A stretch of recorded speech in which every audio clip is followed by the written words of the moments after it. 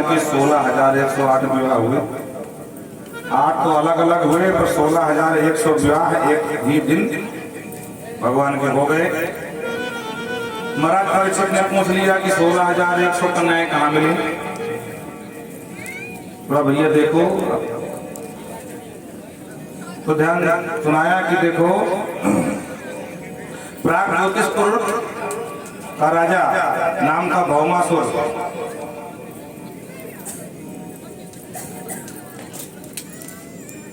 एक दिन नारद जी आए और हमने खोल दिया। ये को कहां से बढ़ गया भाई अपने आप? राजाओं से अन्य राजाओं की कन्याओं को अपहरण करके 16,100 कन्याओं को बंदी घर में डाल दिया था। नारद जी से समाचार मिला। भगवान नारद जी सत्यभामा को लेकर के गरुड़ पर बैठ करके गए और सबसे पहले उसका जो प्रधान सेनापति था मुर, जिसके 5 मुख थे, भगवान ने उसका वध किया। मुर का वध करने से नाम पड़ गया मुरारी। बोल मुरारी भगवान की जय। और अंत में जाकर के सैन्य शक्ति के साथ भौमासुर का संहार किया और बंदी गृह में बंद समस्त कन्याओं को मुक्त कर दिया। आवाज सही नहीं है? भगवान ने कहा देवियों, अब जिसको जहां जाना हो जाओ अपने अपने घर, आज से पूरे बंधन मुक्त। कन्याओं ने कहा सरकार हम जाए तो कहाँ जाए? बोले अपने अपने माता पिता के यहाँ जाओ। कहाँ जाओगे? बोले दुनिया का कौन सा माई बाप है जो हमको अपना लेगा, क्योंकि यहाँ बंदी बन के रहेंगे, अभी इसके भागीदार बनेंगे हमारे माता पिता। तो हमको तो लगता है इसी समुद्र में, क्योंकि सागर के बीच में नगरी बसाई थी, इसी में अपने आप को हम समर्पित कर दें और यहीं विसर्जित हो जाएं। भगवान ने कहा देवियों, जिसके लिए दुनिया के द्वार बंद हो जाते हैं, तो मुझ द्वारकाधीश के द्वार हमेशा खुले रहते हैं। अगर तुम सबकी इच्छा है और कोई मार्ग नहीं मिला तो चलो मेरे साथ। सबने स्वीकृति प्रदान कर दी। तो भगवान ने सबको बिठा करके द्वारका लाए। 16,108 मंडप बनाए, 16,100 रूप बना करके 16,100 कन्याओं से विवाह किए। इस प्रकार से 16,100 कन्या ये आज पहले की टोटल विवाह हो गए 16,108। ये थे हमारे द्वारकाधीश के ठाठ। बोलो राधे राधे। समय पाकर के प्रत्येक रानी से 10-10 बेटा, एक बिटिया भाई। अब विचार करो 16,108 गुणित 10, बेटों की संख्या कितनी हो जाए? 1,61,080। इतने तो बेटा भाई और 16,108 कन्या, ये जोड़ लो।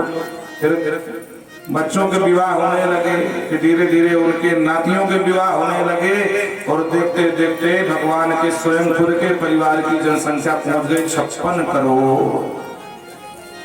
बोलो राधे राधे। 56 करोड़ की जनसंख्या बताई गई और कहीं ना कहीं यही 56 भोग लगाने का, जो 56 प्रकार के भोग लगाने की परंपरा ये 56 करोड़ के हिसाब से चलती है। बोलो राधे राधे। हाँ, भगवान प्रेम से रहते हैं। एक दिन नारद जी ने मन में सोचा कि देखो, तो हम विवाह करना चाहते थे, बड़े ध्यान से सुनना, तो हमारा तो विवाह होने नहीं दिया इन्होंने। और देखो श्रीमान जी 16,108 में घूम रहे हैं। अब मैं भी नारद नहीं तो इनके घर में महाभारत ना खड़ी करूं। नारद जी आ गए कान भरने के लिए देवियों। स्वर्ग से कल्प वृक्ष का पारिजात का पुष्प लाए थे। भगवान को किया प्रणाम, सरकार प्रणाम। अरे आओ नारद, बहुत दिन बाद आए। हाँ प्रभु, सीधे स्वर्ग से आराम? अच्छा, सब ठीक है? स्वर्ग के हाल चाल? बोले हाँ, इंद्र भी ठीक है, सब सही है। और सरकार आपके लिए एक छोटी सी भेंट लाया है। अरे क्या है? दिखाओ। बोले देखो कितना सुंदर सुंदर ये पुष्प है। और देवी सची, इंद्र की जो पत्नी है ना, सरकार इन्हीं फूलों से अपना श्रृंगार करती है। हाँ, अपने पुष्पों का गजरा बालों में लगाती है। मैंने सोचा कि भी यहाँ पे जा रहा हूँ तो थोड़े से तोड़ लूं और सरकार को समर्पित करूंगा। तो पास में बैठी देवी रुक्मणी, बोलो राधे राधे। रुक्मणी जी को देखते कहते हैं देव माता जी अगर आप इच्छा हो तो आप ले लो, मैं तो किसी और रानी का दे दूंगा। कौन रानी होगी जो मना कर दे कि हम नहीं लेंगे, कोई सामान हो। रुक्मणी जी ने कहा हाँ ला लो। तो रुक्मणी जी को नारद जी ने दे दिया और भगवान को किया प्रणाम। सरकार अब तो आप जानते हैं कि ज्यादा देर में टिकता नहीं हूँ, अपनी आदत नहीं है, अब मैं जाऊंगा फिर कभी आऊंगा। रुक्मणी के महल से निकले, सत्यभामा के यहाँ घुस गए, माता जी प्रणाम। सत्यभामा ने कहा अरे आओ ना देवर्षि, कहाँ भागे भागे जा रहे हो? बोले नहीं नहीं माता जी बहुत देर पहले आया था और साथ में स्वर्ग का पारिजात का बड़ा बहुमूल्य पुष्प लाया था, पर मैं तो आपके लिए लाया था, लेकिन ठाकुर जी पहले बुला लिए और उन्होंने कहा कि सत्यभामा को ना देना, देवी रुक्मणी बड़ी है इसको दे। तो देवी अब मैं तो लाया आपके लिए, लेकिन अब वो आप समझ सकती हैं सरकार की बात कौन टाले। तो मैंने वो पुष्प सरकार को समर्पित किया। सरकार अपने हाथों से गजरा बना करके देवी रुक्मणी को पिनाए हैं और बड़ा सुंदर लग रहा है। देवी दर्शन अवश्य करना, उस पुष्प की सुगंध बड़ी अच्छी होती है देवी। और नारद जी प्रणाम करके वहां से खसक गए। अब सत्यभामा 8 बार सोना मिलता है। बोलो राधे राधे। श्यामंतक मणि भले ही सत्यजीत के यहाँ रहती हो, लेकिन अब वो बिटिया को दान की गई थी, दहेज में मिली थी, तो 8 बार सोना मिलता है। अच्छा जिन देवियों को दहेज ज्यादा दिया जाता है ना, तो बाद में आंख दिखाती पति देव को, हाँ तुम्हारे यहाँ खाने को ला लेते, खाने के घर में एक सामान नहीं था, वो धन है मेरे माता पिता को, भाई ये पूरा घर भर दिया। जब आई हो तो कुछ नहीं था तुम्हारे, खाली दीवार खड़ी थी। बोलो राधे राधे। अब सत्यभामा के यहाँ से 8 बार सोना रोज आता है। विचार करो कितना ज्यादा उनको। सत्यभामा को भवन में चली गई। भगवान है, भगवान ने पूछा देवी क्या बात है? बोले बात मत करो, बात मत करना हमसे। आज मुझे पता चला तुम कितने बड़े कपटी हो। भगवान ने कहा हमने क्या किया है? अरे बोले हमने क्या किया है? नारद जी कुछ लाए थे मेरे लिए? भगवान ने कहा नहीं लाए तो है, पर तुम्हारे लिए लाए, ये उन्होंने बताया ही नहीं। अरे बोले हमसे सब बता गए नारद जी, वो मेरे लिए लाए थे, लेकिन तुम जानबूझ करके वो पुष्प देवी रुक्मणी को दे दिया। तो क्या मैं तुम्हें रानी नहीं हूं? भगवान समझ गए, नारद जी ने आंख लगा दिया घर में मेरे। हाँ जल्दी कुछ करना पड़ेगा, नहीं मामला बिगड़ जाएगा। बोलो राधे राधे। तो भगवान पट्ट से मना लेते हैं। भगवान ने कहा री बावरी सत्यभामा, अरे मैंने सोचा कि पुष्प ही है, आज नहीं कल सूख जाएगा, तो मैंने दे दिया। अरे तेरे लिए मैं पारिजात लाने को सोच रहा हूँ, तो फालतू में गाल फुलाए घूम रही है। अरे पारिजात यहाँ आ जाएगा तो रोज नए पुष्प मिलेंगे। तो बोले ये सही था कि वो सही है? सत्यभामा बोले सही बोले हो ना, तुम झूठे बोलो। नहीं झूठ नहीं, सही बोल रहा हूँ। भगवान ने तो झगड़ा टालने के लिए झूठे बोल दिया था। बोलो राधे राधे। आज जितने भैया बैठे हैं सबको अनुभव होगा। देवी जी कोई सामान मांगे तो उस समय तो हाँ ही कर दो, भले ही 2-4 दिन बाद भूल जाए, बाद में न देना, लेकिन उसमें हाँ करना पड़ेगा। हाँ नहीं गर्मा गर्म फुलके बंद हो जाए, बेलन चले रोटी में नहीं सर पे चले। बोलो राधे राधे। तो भगवान ने विचार किया कि आज जिद कर रही हैं, आज कह दूंगा कि हाथ पेड़ ले आऊंगा, 4 दिन बाद भूल जाएंगी तो फिर हो गया। तो उन्होंने झूठे कहा था। अब सत्यभामा उस बात को गांठ मान ली, बोलती चलो ना स्वर्ग, चलो पारिजात लेके आते हैं, कब लाओगे? भगवान कहते हाँ ठीक चलेंगे। अरे कभी चलेंगे ले आएंगे। एक दिन जिद कर गए कि आज का आज अभी हमको पारिजात चाहिए। भगवान ने कहा ठीक है विचार है। बोले ना तुम्हारा भरोसा नहीं है, मैं भी साथ चलूंगी, साथ लेके आएंगे दोनों लोग। भगवान को स्वर्ग जाना ही था, क्योंकि जब भौमासुर को मारा था तो भौमासुर ने इंद्र का छत्र और देव माता अदिति के कुंडल बलात् छीन लाया है। कुंडलों की ये विशेषता थी कि जो कुंडल जो भी महिला पहनती थी वो कभी बुढ़ी नहीं पड़ती थी। हाँ तो ये ले आया तो छीन करके देव माता आरती से कि मेरी जो शादी होगी देवी जी को पहनाऊंगा, बुद्धि ना पड़े महाराज। बोलो राधे राधे। तो भगवान को जाना था देने के लिए, तो भगवान ने कहा चलो चलते हैं। तो लेकर के सत्यभामा को कुंडल छत्र पहुंच गए, इंद्र को छत्र दिया, देव माता आरती को, इंद्र की मैया को कुंडल प्रदान किया। इंद्र ने कहा सरकार हो भाग, आप हमारे यहाँ पधारे और देखो बिना छत्र का राज्य कैसा, सिंहासन कैसा, पर क्या करूं भौमासुर के सामने मेरी न चले। आपने बड़ी कृपा करी। भगवान ने कहा देखो चलेंगे और समय है नहीं है, सरकार यहाँ से कुछ ले जाओ। और इसी मौके की तलाश में थी देवी सत्यभामा। भगवान ने कहा नहीं हमें कुछ नहीं चाहिए, देवी जी से पूछ लो किनको चाहिए। देवी जी ने कहा मांग लो ना, पारिजात का खड़ा है, इसको ले चलते हैं। तो भगवान को पहले मना करते रहे, पर इंद्र ही पीछे पड़ गए कि सरकार कुछ तो ले लो, आपने इतना बड़ा काम मेरा किया है, मेरी माँ की कुंडल मेरा छत्र लाए हैं। भगवान ने कहा देखो इंद्र सोच लो, अगर हमने मांग लो तुमको देना पड़ेगा। अरे सरकार आपको कौन मना कर सकता है। तो भगवान ने कहा ठीक है काम करो, जो तुम्हारा पारिजात इसको हमको चाहिए। बोलो राधे राधे। इंद्र हाँ ही करने जा रहे थे कि हाँ ठीक है ले लो, लेकिन हाँ बोले तुरंत पीछे से सची की आवाज आई क्योंकि गजरा उसी का पहन पे थे। क्या कर रहे हो, अब मैं कल से क्या श्रृंगार करूंगा, खबरदार हाँ मत करना, नहीं समझ लेना। तो हाँ करते करते इंद्र की भाषा बदल गई। बोले हाँ सरकार, लेकिन आपके लिए मना तो नहीं कर सकता हूँ, थोड़ा संकोच भी लग रहा है, लेकिन आप समझदार हैं, ये देव संपत्ति है, मृतलोक में कैसे जा सकती है, इसलिए इसके अलावा और कुछ मांग लो। भगवान ने कहा देखो इंद्र हमने पहले ही कहा था, तुमने कहा मांग लो, अब तुम दो या ना दो, हम पारिजात लेके ही जाएंगे। देवी सची ने कहा देखो अगर पारिजात गया तो तुम्हारी खैर नहीं है इंद्र से। अब इंद्र बेचारा मरता का ना करता। इंद्र ने कहा सरकार तो आपको युद्ध करना पड़ेगा, भगवान को सावधान हो जाओ। और वहीं पर भगवान ने युद्ध प्रारंभ कर दिया। अंत में इंद्र सहित समस्त देवताओं को परास्त करके बलात् उस वृक्ष को उखाड़ लिया मूल के साथ और सत्यभामा को लेकर के आए द्वारिका में उस पारिजात को स्थापित किया। इस तरह सत्यभामा को खुश किया। बोलो राधे राधे। आजकल बहुत लोग भगवान बनने की सोचते हैं, भगवान बनने बड़ा झंझट है, सबके बस की नहीं है। नारद जी ने मन में सोचा कि महाभारत होगी, लेकिन कुछ हुआ नहीं। नारद जी बेचारे लटक गया मुख, हरे राम राम इतनी बड़ी आग लगाया, लेकिन कुछ भी ना मिला। नारद जी ने कहा कि ठीक है हम भी कम नहीं है, इस बार ऐसा तिकड़म भिड़ाऊंगा कि महाभारत पक्की होगी।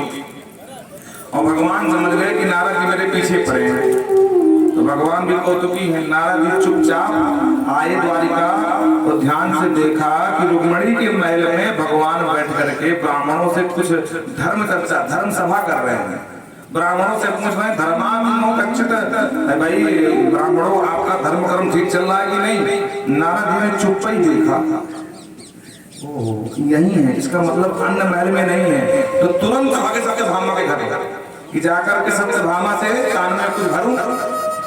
और जैसे ही सत्यभामा के द्वार की देहली पर पैर रखा तो ध्यान से देखा कि सत्यभामा के साथ भगवान विहार कर रहे हैं। तो नारद जी को बड़ा अच्छा बोला कि अभी तो रुक्मिणी के महल में थे, सत्यभामा क्या कैसे आ गए। बोले कोई बात नहीं, कालिंदी के यहाँ पहुंचे। और जैसे कालिंदी के यहाँ पहुंचे तो ध्यान से देखा भगवान कालिंदी के साथ भोजन कर रहे हैं। कालिंदी भोजन करा रही है और भगवान भोजन कर रहे हैं।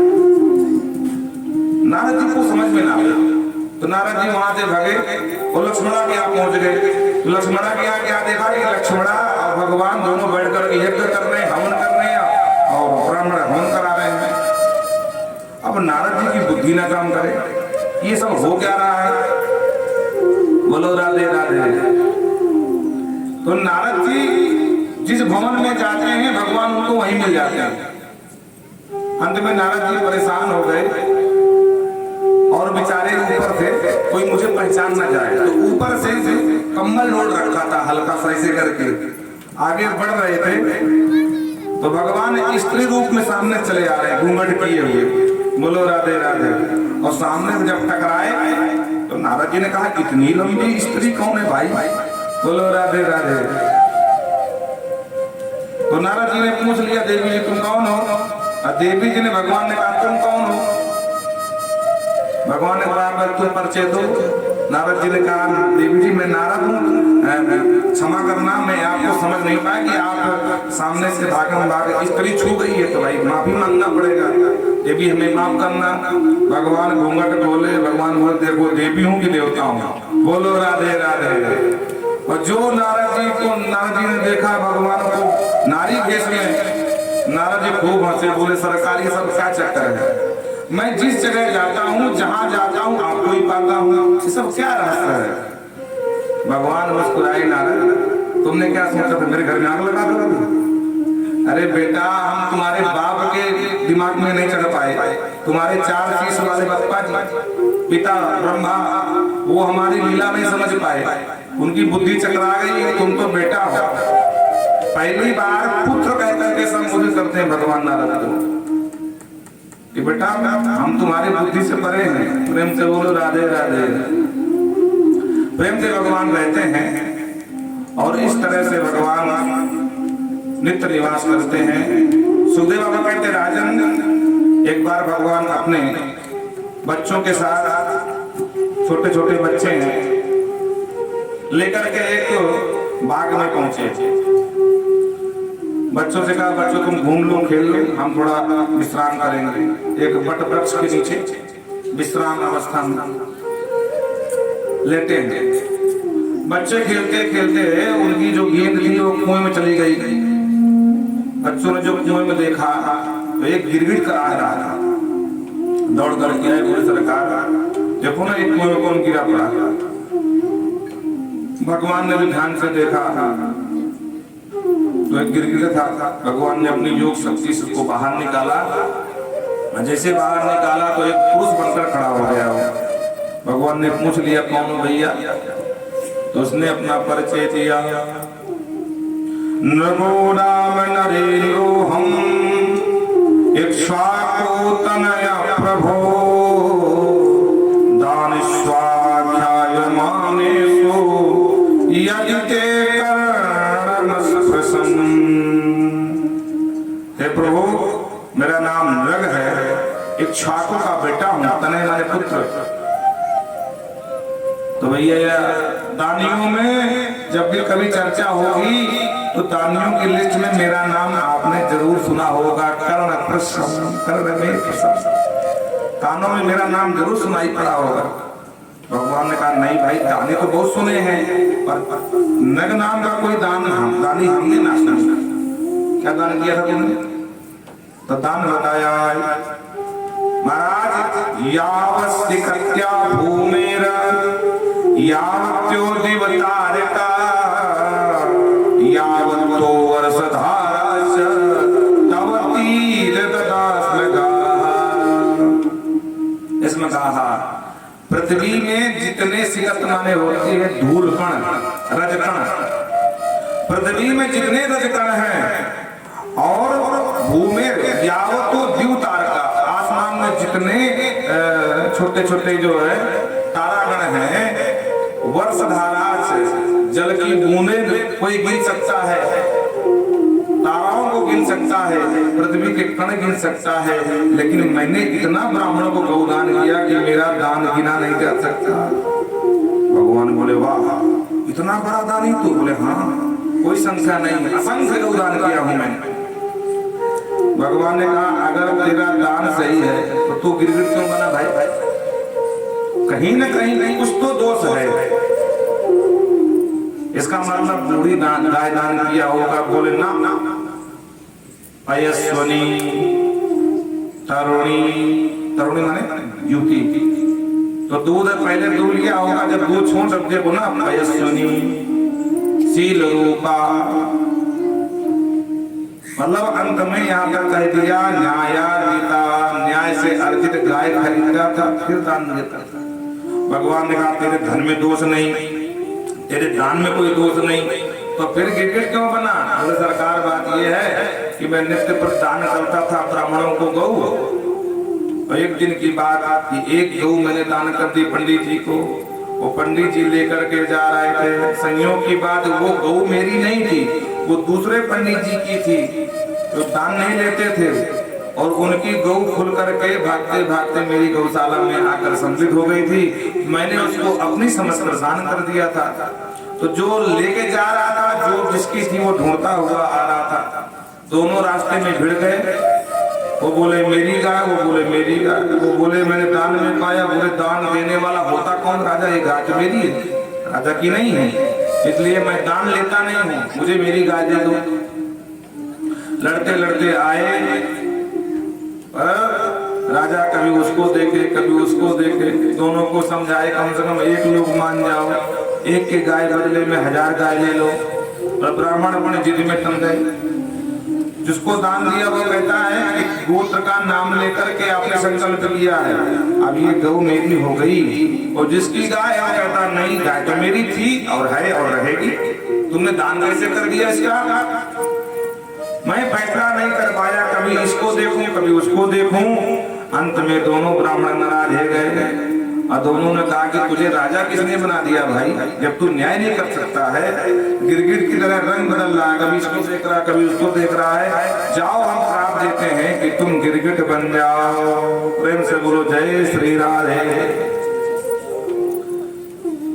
जब मेरा अंत समय आया, धर्मराज की सभा में पहुंचा। धर्मराज ने कहा चित्रगुप्त जरा देखो इस जीवात्मा का क्या भाई खाता है, भाई पुण्य कितने हैं, पाप कितने हैं। चित्रगुप्त ने अपने योग भाई खाता पोथी पन्ना पढ़ा। अब बोले सरकार इसमें कोई संशय नहीं, नंबर 1 के धार्मिक व्यक्ति थे ये, लेकिन भूल से ही सही, अज्ञानता से ही सही, एक छोटा सा अपराध बन गया है। ब्राह्मण श्राप लगा ही नहीं गिरगिट बनने का। बोलो राधे राधे। धर्मराज ने कहा राजन वाकई में तुम बड़े धर्मात्मा थे, लेकिन अज्ञानता में ही श्राप लग गया है, और ब्रह्म श्राप मिथ्या नहीं हो सकता। तो बोलो पहले श्राप भोगोगे कि जो तुमने पुण्य किया वो पुण्य भोगोगे? तो हमने कहा सरकार ज्यादा क्या है, पुण्य की पाप? बोले पाप तो थोड़ा ही है, पुण्य बहुत है। तो हमने कहा सरकार पहले पाप भोगवा दो, इकट्ठा पुण्य भोगूंगा। और जो धर्मराज से कहा पाप भोगना है तो धम्म दे गिरगिट बन करके मुंह के बल इसी कुआं में गिरा। सरकार आज मेरा पाप प्रायश्चित हो गया, पुण्य उदय हो गए, तो आपका दर्शन हो गया। भगवान को प्रणाम करता हुआ प्रेम से भगवत धाम का अधिकारी हो गया। बोलो वत्सल भगवान की। भगवान ने बच्चों से कहा बच्चों देखा ये तो थी इसकी राम कहानी। अरे धोखे से ही सही ब्राह्मण के धन को अपना धन मान लिया, तो स्थिति क्या हो गई कि अंत में गिरगिट बन करके पूरा श्राप काटना पड़ा। इसलिए कभी भी ब्राह्मण के धन से हाथ नहीं लगाना चाहिए। स्वदत्ताम परदत्ताम वा ब्रह्मवृत्ति हवेक्षया 60 वर्ष सहस्राणि विष्टा जायते। खुद दिया हुआ धन ब्राह्मण को हो या किसी और ने दिया हुआ परदत्ताम वा, लेकिन जो ब्राह्मण की वृत्ति धन हरण करता है तो कहते हैं 60 वर्षी सहस्राणाम 60,000 वर्ष तक गंदगी का कीड़ा बनकर जन्म देता है। इसलिए ब्राह्मणों के धन से हाथ नहीं लगाना चाहिए। घंतम बहुसपंतम वा नमस्कृत नित्य सहा। ब्राह्मण आशीर्वाद दे मारे फिर भी नमत नमत नमस्कार करना चाहिए। सापत ताड़क परुष कंधा विप्र पूज्य असगाव संस्कार। बोलो राधे राधे। भगवान ने क्यों समझा रहे? क्योंकि भगवान जानते हैं कि मेरे परिवार में बहुत बड़े बड़े महाभट हैं, एक से एक बलवान हैं, और कहीं ये कुछ संकल्प न हो जाए, ब्राह्मणों का अपमान न कर दें, कहीं इनका नुकसान न हो जाए। और भगवान जानते थे और वही बाद में हुआ। बच्चों ने दुर्वासा का अपराध किया, उन्होंने श्राप दे दिया, पूरा यदुवंश संहार करना। तो समझा रहे हैं कि बच्चों कुछ भी करना पर ब्राह्मण के धन से हाथ मत लगाना। पर उस शिक्षा का कोई प्रभाव नहीं हुआ। एक थे महाराज पौंड्रक, जिनको भगवान बहुत बनने की पड़ी थी। इनका मित्र था काशीराज, काशी नरेश। काशीराज ने कहा मित्र तुम भगवान बन जाओ और हम बन जाए तुम्हारे पुजारी, और दुनिया में हम तुमको भगवान के नाम पे स्थापित कर दें, जो चढ़ावा आएगा तो आधा मेरा आधा तेरा। बोले मित्र कैसे बनूंगा? बोले भगवान बनने के लिए कुछ बातों का ध्यान रखना। क्या? बोले तुम्हारे हैं 2 हाथ। बोले हाँ। बोले 4 लगा लो। और गरुड़ बनाना पड़ेगा, डुप्लीकेट ही सही।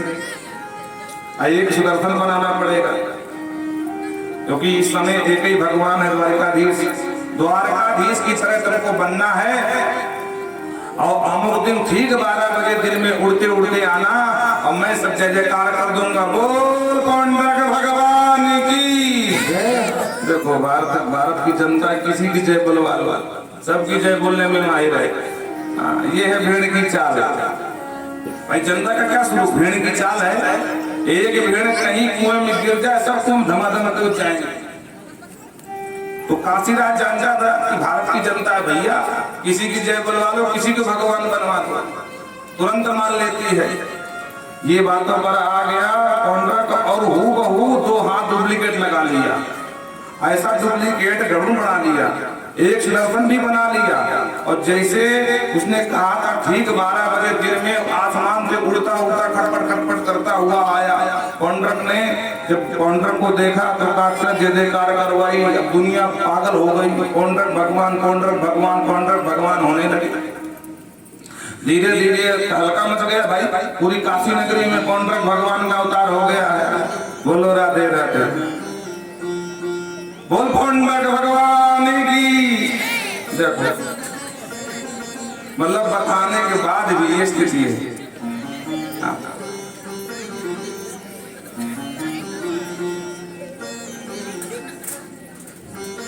काशीराज ने कहा कि देख मित्र तू भगवान तो बन गया, लेकिन अपने क्षेत्र का है। संपूर्ण भारत में भगवान बन के पूजना हो तो द्वारिका में एक भगवान है, अब बहुत डरपोक है। जरासंध के भय से मथुरा छोड़ दिया है।